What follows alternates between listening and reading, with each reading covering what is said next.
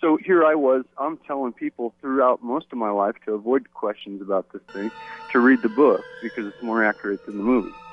Well, here it is now. I'm an adult. This is the year 2000. I'm around 30 years old, and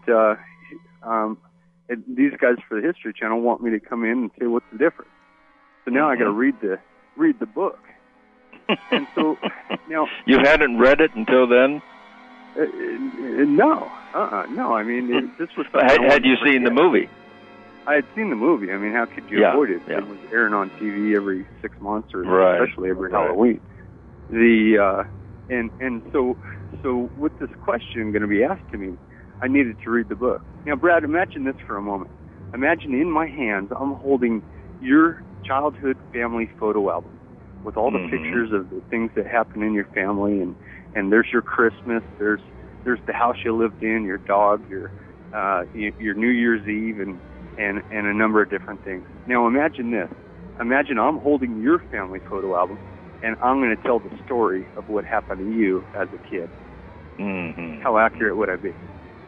No. Not going to be accurate at all. And so now I'm sitting, getting ready to read Jay Anson's book, and in my hands, basically what I'm holding is a snapshot of my family photo album, because these words create a picture of a time and a place and a thing and everything that's going on in my family's life. And as I begin to crack the cover of this book, and I begin to read what Jay Anson had written, that so many people, I had told so many people to read, because it's more accurate than the movie. Now I'm discovering what had been written. And so not only was I getting pissed off that this isn't exactly what had happened, I'm going page after page, and not only am I pissed off because how different it is from what really had happened, but now I'm just like if I was talking about the pictures from your childhood, and I was telling that story, you'd be saying, no, that's not what happened. This is what happened. Right. And so now I'm beginning to go through what I had gone through as a kid in my memory. And then it struck you that millions of people knew this story that was false about you.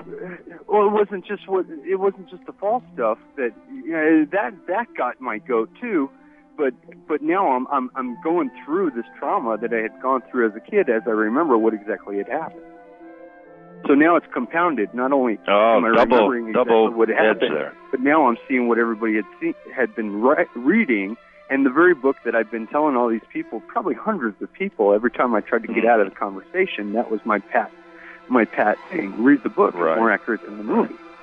And so now I am so pissed off. This is like just 3 days before this History Channel interview, and I'm going off on my mom. Like I had mentioned, my mom was ill, and I felt terrible for getting on her the way that I did, but I was just absolutely outraged at what I had been reading. And Mom's trying to calm me down. She can't understand why I'm so pissed off. And I'm sitting at my desk, and she's sitting on my bed trying to calm me down. And I handed her the book. I had a page open. I don't remember particularly exactly what it was. There was so much in there that was off to me. And I said, Mom, read this. And I watched as she was reading down the page, watching her facial expression as she goes down. And here, as she gets to the end of the page, her jaw has dropped open, and she knows it's just as false as I knew. And I says, Mom, that's the way this whole book is. And she's a gal. She's speechless, and I'm like, and I knew how it went down when that book first got written. My folks sat and they spoke in the recordings. Those recordings were given over to Jay Anson, and then once I don't think he even met them, did he? No, he hadn't. Once the book had been written, George's job was to proofread it, and then George handled make any corrections or suggestions. Correct, and so I knew George was more the responsible party. He was the businessman in the family, and here it was 3 days before this History Channel interview, and he was going to be there. And he was still alive at that time. Yes, and so I asked Mom, what is George doing? And that's when Mom started to explain to me that George was getting ready to make another movie. and that these guys that are getting ready to do this History Channel interview, the guy that's been calling me up is the one that's going to write the next book. And the guy that's going to interview me is the guy that's going to be writing the screenplay for the next movie. And they're not telling me this. They're trying to get me to come in for this interview for $200.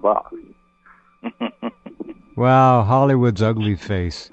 So I could not believe it. Yeah. So here's what I did. I showed up at that interview, and I tried to turn the tables as best I could. I showed up with my own camera, and I started interviewing these guys. Well, when they see a camera pointed at them, they don't like that at all. Well, I put them on the spot. Basically, I says, "What's this next movie about?" And that's when I found out that it was about a Lutz return to the house 25 years later. And I was so pissed off.